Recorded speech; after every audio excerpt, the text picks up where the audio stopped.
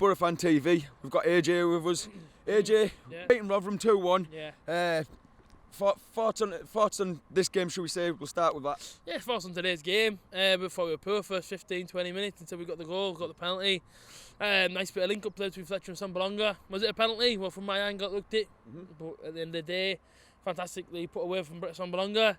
And then, of course, you know what I mean, Boro looked a bit more up for it. You know what I mean, Boro got the second one, went to half-time, came out second half, same old. Sat back, invited on the pressure, didn't do anything. I don't think we even had a shot in the second half, mate. And if we did, obviously, well, I think it was one. Best spur in the crowd. Typical Boro. Typical Boro. We've seen it over the wins in the second half. Like Boro leading, Boro won't do much more second half. Listen, I mean, people coming out of here disappointed and gutted and everything else, but we put ourselves in this position. I can't look past it. It isn't the fact of, you know, if Derby would have done this, Derby would have done that, if West Brom would have done this. If Boro put himself in this position, we lost 6 in a row, and in 6 of them games that we lost, 2 of them we were winning. Preston and Brentford. Silly sort of decisions cost us. Silly tactics have cost us. A draw against Leeds earlier on in the season that Tuesday night for the 0-0. I look back on it, if, buts and maybes, and I said it would happen. Do you know what I mean? I said months ago Boro probably wouldn't make it the playoffs, and not because I wanted to be right, but because I could see what was going to happen. It was always going to come down to the final day for me. And that's what it came down to. And listen, at the end of the day, Boro came in, Boro did the job. And listen, are you happy where we finished in 7th place? Are you happy about that? No, of course I'm not. Of course I'm not happy. I don't think any Boro fans are happy with the fact that Boro finished 7th. No, yeah. But at the end of the day, we have to just take it how it is. I can't say much more. Of course, I'm going to eat the fact that Boro are in the playoffs. Yeah. But again, if Boro would have got in the playoffs, would Boro won them, etc. I mean, there's always that sort of downside to it. Next season, I want to make sure that there's none of this downside that Boro finishes inside the top 2.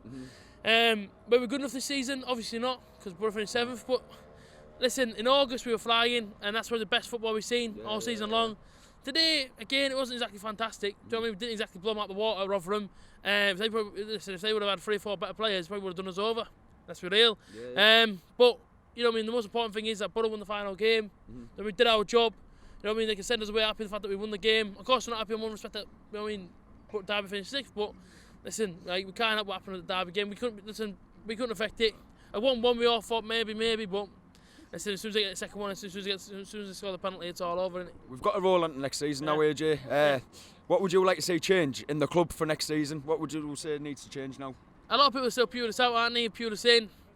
If Pulis has the ability and he thinks he can go out there inside the transfer market and go and get the players to take us back up, then stay with him. If he doesn't, and he doesn't think he can do it or whatever, or maybe if the club don't see that, then fair play, go back to Pulis. You've got to build a team around the youth.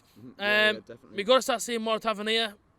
Start a team with Tavernier in the team, wing, Fletcher, put Spence in there, put Youngdale in there. Yeah, definitely. There's too many Deadwood players in this squad for me, and the reason why we're not, the reason why I can't get rid of them, because look at the wages that they're on. Do you know what I mean? Sky high.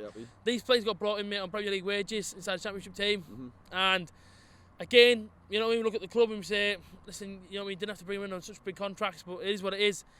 It's all about next season now. Good preparation through the summer. Back run up the hills in Austria probably. But then again, do you know what I mean? We have to go again. And do you know what I mean? You look at the teams that are coming down. Cardiff, tough place to go next season. South Wales. Fulham are back in the Huddersfield as well.